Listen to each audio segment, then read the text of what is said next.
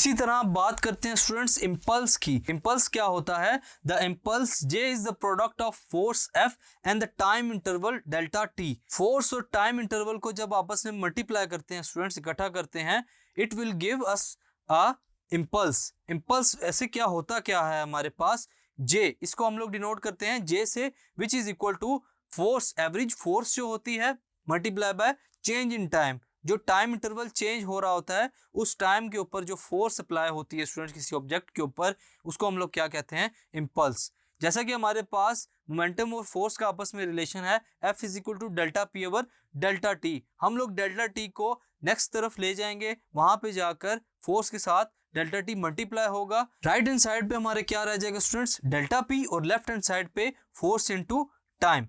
अब delta P जो है हमारे पास वो किसके इक्वल होता है? डेल्टा पी एक्चुअली हमारे पास जो है चेंज इन मोमेंटम, जो कि किसके इक्वल है? M V F minus M V I, यानी कि final momentum minus initial momentum. ये किसके इक्वल है स्टूडेंट्स? इम्पल्स जे के, which is equal to average force multiply by time. Impulse is a vector quantity and has same direction as the average force. ये भी एक vector quantity है और इसकी सेम डायरेक्शन होती है किसके इक्वल? फोर्स के इक्वल। ऐसा यूनिट इज न्यूटन सेकंड। इसके लिए जो यूनिट यूज की जाती है वो मोमेंटम की दूसरी यूनिट है जिसको नाम दिया गया था न्यूटन सेकंड्स का। अब इस एग्जांपल देखते हैं, इस एग्जांपल से समझ आएगी कि इम्पल्स आखिर है क्या चीज। When a ball is hit it responds to the value of impulse.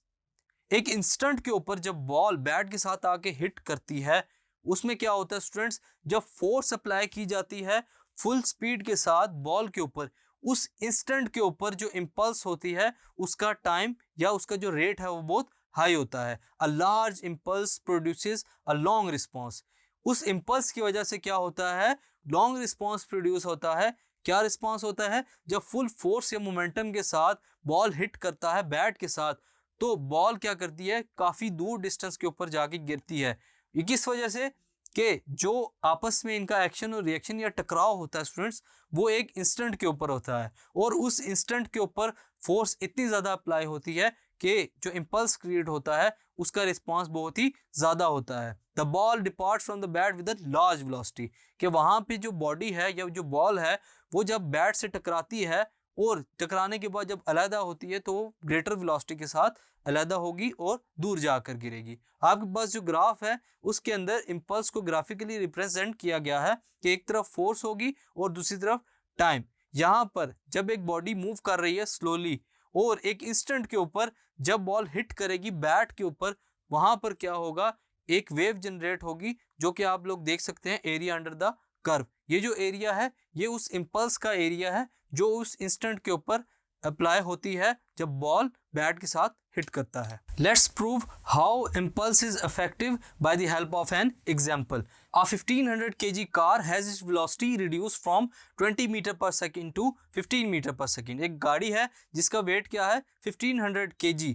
इससे क्या हुआ स्टूडेंट्स? उसकी जो वेलोसिटी है वो डिक्रीज होती है 20 मीटर पर सेकेंड से 15 मीटर पर सेकेंड तक इन 30 सेकेंड्स। टाइम कितना है? 30 seconds. How large is the retarding force? यहाँ हम लोगों ने फाइंड करनी है रिटार्डिंग फोर्स। वो क्या होगी स्टूडेंट्स? हम लोग जानते हैं जो हमारा इम्पल्स का फॉर्मूला है F multiply by delta T, which is equal to M V F final velocity minus M V I initial velocity, which gives us final momentum and initial momentum. F multiply करेंगे delta T की value के साथ 30, which is equal to M V F की जो value है हमारे पास वो क्या होगी? 1500 मल्टीप्लाई बाय वी एफ की वैल्यू है 15 minus 1500 multiply by 20। Values put करने के बाद हमारे पास जो सिंप्लीफिकेशन के बाद जो आंसर आएगा स्टूडेंट्स वो क्या होगा? Minus 7500 divided by 30 kilogram metre पर सेकेंड। इसको मजीद सॉल्व करने के बाद हमारा जो आंसर होगा स्टूडेंट्स वो क्या है? Minus 250 Newton. अब ये 250 न्यूटन हमारे पास क्या है स्टूडेंट्स? ये वो रिटार्डिंग फोर्स है जिसकी वजह से बॉडी क्या कर रही है? स्लो हो रही है और उसकी स्पीड क्या हो रही है? कम हो रही है। Thank you.